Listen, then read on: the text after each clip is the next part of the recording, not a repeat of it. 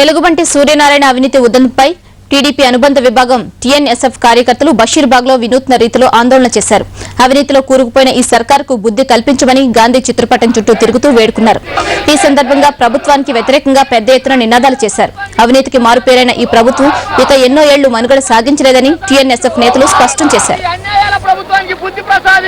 ఇవాళ ముఖ్యమంత్రి గారు ఏసీబీ అధికారులకు దాదాపు 30 మంది అధికారుల ప్రమేయం ఉన్నప్పుడు తెలిసినప్పటికీ ముఖ్యమంత్రి గారు సూర్యనారాయణ ఒక్కరినే సస్పెండ్ చేయడం ద్వారా తన బుద్ధి ఏందో మరోసారి బయటపెట్టుకున్నాడు.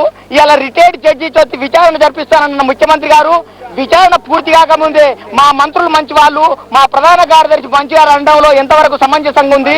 ఈ రాష్ట్రం అనేక అంశాల మీద 11 కమిషన్లు వేసినా ఏ ఒక్క కమిషన్ కూడా ఈ ప్రభుత్వాన్ని తప్పుపట్టలేదు. ఇవాళ కాగు తప్పుపట్టింది, లోకాయుక్త తప్పుపట్టింది, విజిలెన్స్ కమిషన్ తప్పుపట్టింది, కోర్టులు చివాట్లు పెట్టినా ఈ ప్రభుత్వానికి దున్నపోతు మీద బాణపడ్డట్టుంది.